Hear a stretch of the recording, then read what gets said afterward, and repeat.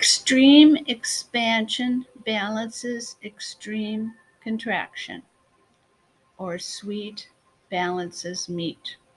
This is the law of opposites. Meat also attracts alcohol and tobacco.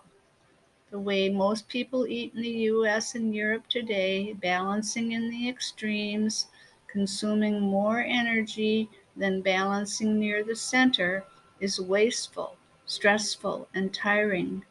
A balanced diet is part of a balanced lifestyle.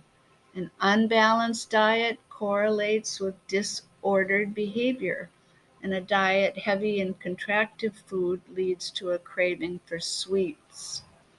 Expansive behavior is defined as open, loose, flexible, spontaneous, giving out, expressive, diffuse, spiritual, light, bright, outward, holistic, verbal, and introverted. Contractive behavior is closed, tight, inflexible, controlling, taking in, possessive, concentrating, material, heavy, dark, inward, analytical, written, and introverted. The Millers recommend these 10 principles of sane eating to be satisfied and attractive. Expansive food leads to expansive behavior. Contractive food leads to contractive behavior. Expansive food leads to contractive food, the law of opposites. Extreme food leads to extreme behavior. A centered diet leads to a centered and balanced disposition. Natural food leads to natural behavior. Disintegrated foods lead to disintegrated behavior. Alien food leads to alienation. Fatty food blocks energy flow and reduces sensitivity and vitality. Overeating reduces sensitivity, vitality, and attractiveness. Diet correlates directly with personality, is their assertion. After presenting and explaining their continuum, the Millers focus on the principles of sane eating in great detail. What we eat determines how we think, feel, and act. I'm thrilled to see that they begin this detail with food combining theory. So apparently, according to them, it's the number one thing you can do for sanity. Foods that combine well are digestively compatible, meaning they are processed by similar parts of the digestive system at similar rates of speed. Eating simply means limiting the number of foods eaten at one time. Sugar interferes with digestion of most food. Eat grain and vegetables, especially eat grain with vegetables, especially greens. Eat vegetables with grain, fatty foods, nuts, oil, dairy, eggs, meat, or fish. Always eat fruit by itself. They say 20 minutes before a meal, but I've also heard 30 minutes to an hour and a half before other food. Now, I had to look up the word refined because recently, when I asked a woman what her diet was, she said it was refined. And then another friend of mine was bragging to me that her diet was very, very refined. So I'm assuming that those two people were referring to the second and third definitions of the adjective refined, meaning elegant, cultured in appearance, manner, or taste, developed or improved so as to be precise or subtle. The first definition of refined in the dictionary is with impurities or unwanted elements having been removed by processing. For example, refined sugar.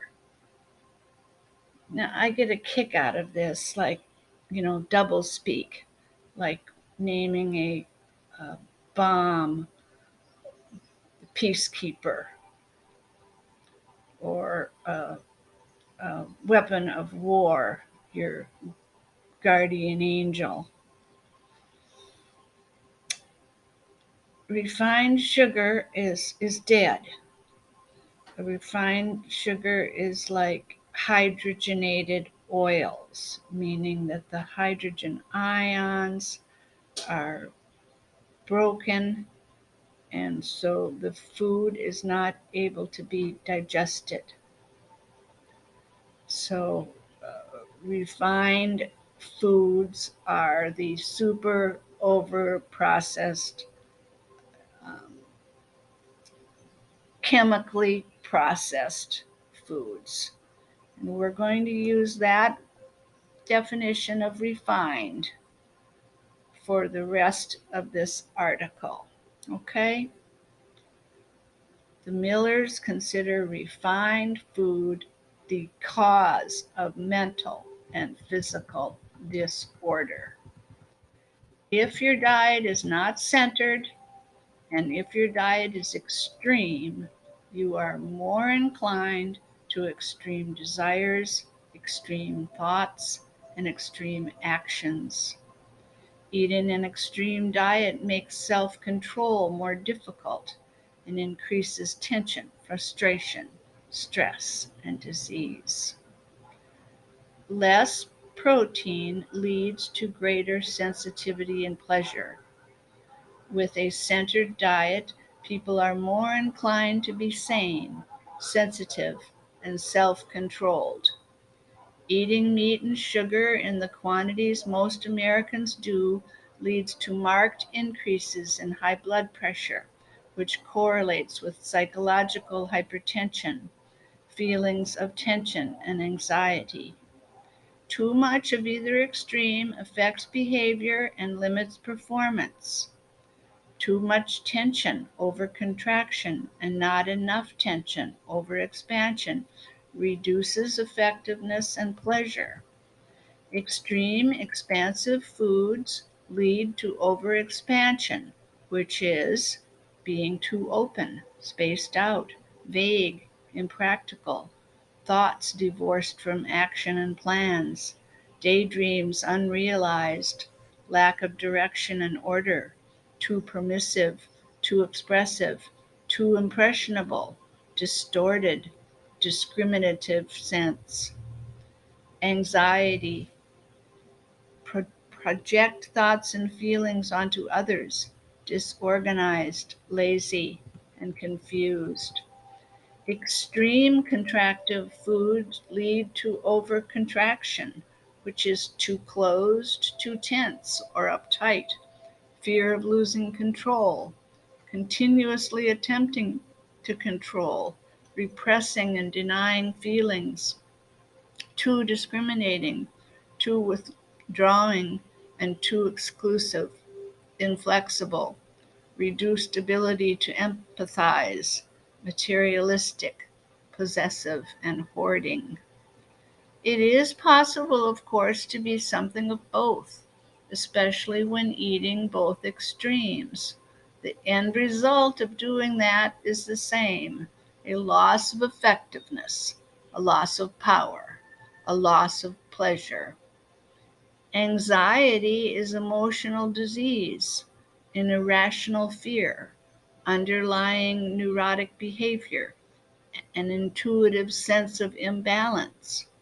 Being overcontracted or overexpanded results in a feeling that something just isn't right.